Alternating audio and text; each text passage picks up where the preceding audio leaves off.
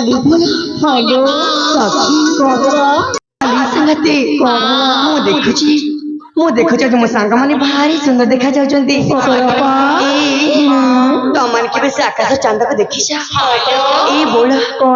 से आकाश चांद ना से आकाश रे कितनी सुंदर देखा जाए ठीक है तमने मध्य आज फूल बन रे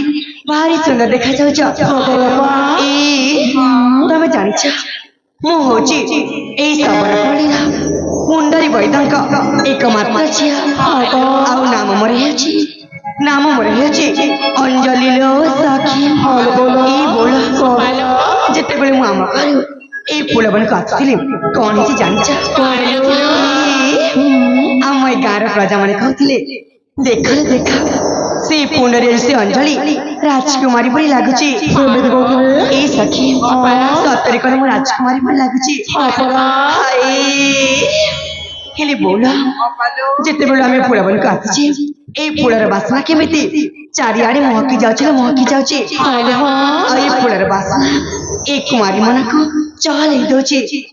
आउ मने मने इच्छा अछि ए फूल पय किछि कहबाको सतरे सुनिबो ताले सुनल बोला ठीक अछि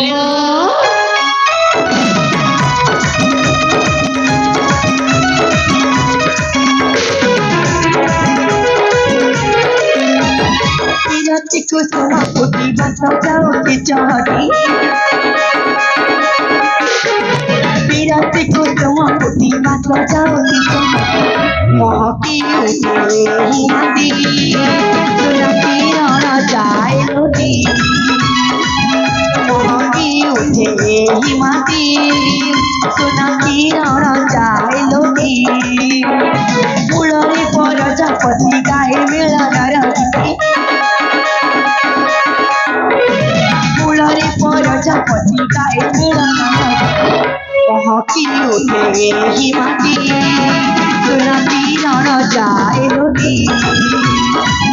महकी उठे हिमाती सुना किरण जाए लोटी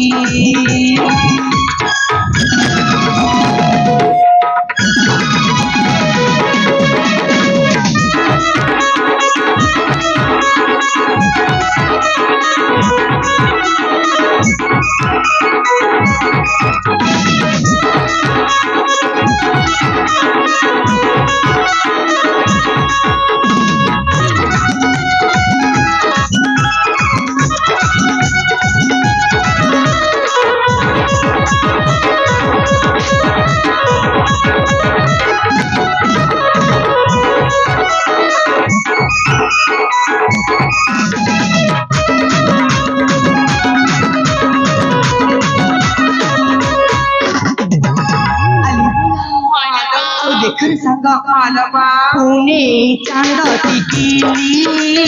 तारा रस जसे थाली यौवन जाए चहली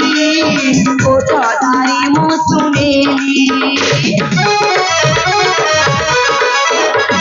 पुणे चांद टिकिली तारा रस जसे